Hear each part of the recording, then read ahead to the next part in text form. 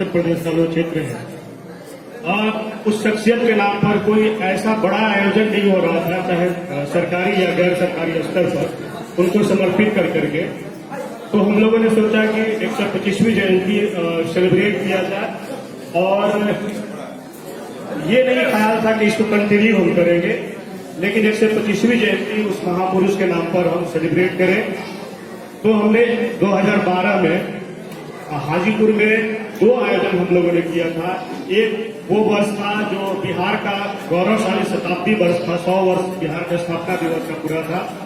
तो उस अवसर पर हम लोगों ने खेल तमाशा किया था, जिसमें हरियाणा और दिल्ली की भी टीम नाट्य दल यहाँ आए थे, और टाउन हॉल में उनके द्वारा नाटकों का प्रदर्शन हुआ था। वो जनवरी 2012 में, और दिसंबर 2012 18 दिसंबर जो लोक कलाकार भिखारी ठाकुर का जन्मतिथि है, उस दिन हम लोगों ने नटलीला की शुरुआत की थी। 2012 का वो जो आयोजन था 11 दिवसीय आयोजन था, और उसके बाद फिर उस महान शख्सियत की कृपा रही कि लगातार आज ये 7वां वर्ष है जब हम नटलीला लेकर के आपके बीच हैं, आपके प्यार और सहयोग की वजह से ही। और इस बार हम लोगों ने एक विचार किया था कि हम जो नटलीला का आयोजन करेंगे, तो 5 नाटक जो इनके द्वारा लोक कलाकार भिखारी ठाकुर के द्वारा जो रचित 7-8 नाटक है, जिसमें एक नाटक को सबके जुबान पर रहता है विदेशिया, उसके बाद गवर हिचो, और आज आप देखेंगे बेटी भी हो।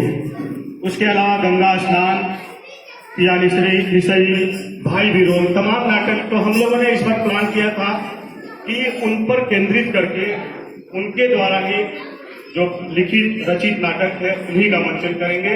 लेकिन प्रेमचंद रणशाला पटना में इस आयोजन को करना चाह रहे थे, और प्रेक्षागृह की उपलब्धता न हो पाई, जिसके कारण हम नहीं कर पाए, और जिसका जिक्र जीवेश भैया कर रहे थे कि 18 दिसंबर हमारे कार्यक्रम में शामिल नहीं हो पाए। बहरहाल आज आपके साथ हम लोग हैं, 3 दिनों का ये आयोजन, और हमेशा ये कोशिश रहती है कि एक कम से कम नाटक जो भिखारी ठाकुर द्वारा लिखित हो या भिखारी ठाकुर के ऊपर केंद्रित हो, एक नाटक हम इस आयोजन में करें, या उनके द्वारा रचित गीतों की के माध्यम से हम उन्हें याद करें। तो इस बार आप जो देखेंगे, आज उनके द्वारा ही रचित नाटक बेटी भी हो, और कल आप देखेंगे शरद जोशी की महत्वपूर्ण व्यंग्य रचना जो अंधों का हाथी, और अंतिम दिन आप जैसा आपने देखा कि जो 2 कहानियों को मिलाकर के इसकी प्रस्तुति इसके पूर्व हो चुकी है। 2 कदम मुंशी प्रेमचंद की 2 कहानियों को मिलाकर के नाटक तैयार कराया गया। ये 3 दिनों का हमारा कार्यक्रम है। लेकिन हमने 18 दिसंबर को एक मन में चीज की कि कैसे हम सेलिब्रेट करें। वो पटना में एक रोटी बाइक है, जो कोई एनजीओ नहीं है, किसी तरह का कोई कुछ नहीं है। वो हमारे आपके बीच में युवा साथी जो है, वो खुद आपसे रोटी लेते हैं, और रोटी लेकर के जो जरूरतमंद लोग हैं, अभी कम से कम 70-75 लोगों के बीच में वो जो है जाकर के रोटी का वितरण करते हैं। ऋषिकेश नारायण सिंह उसके जो मुख्य हैं, युवा साथी ऋषिकेश नारायण सिंह, तो उनके साथ मेरा जुड़ाव है। तो हमने सोचा कि क्यों नहीं, ठंड का मौसम है, तो पुण्यतिथि पर पिछले 2 वर्षों से भिखारी ठाकुर के पुण्यतिथि पर हम लोग भी जाते थे, और जाकर के जरूरतमंदों के बीच उनके सहयोग से हम लोग भोजन वितरण करते थे।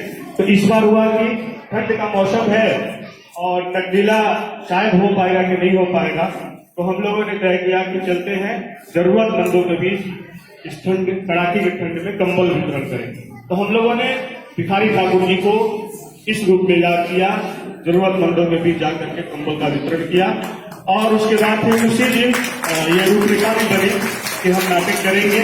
और 28-29 3 दिनों का आयोजन आपके साथ है। अब हम ज्यादा वक्त हम लोग नहीं लेंगे, और सीधे चलते हैं जो दीप प्रज्वलन की जो प्रक्रिया है, पुष्पांजलि की जो प्रक्रिया है, उसके बाद हम नाटक की ओर चलेंगे। तो हम जीवेश भैया को माइक देंगे।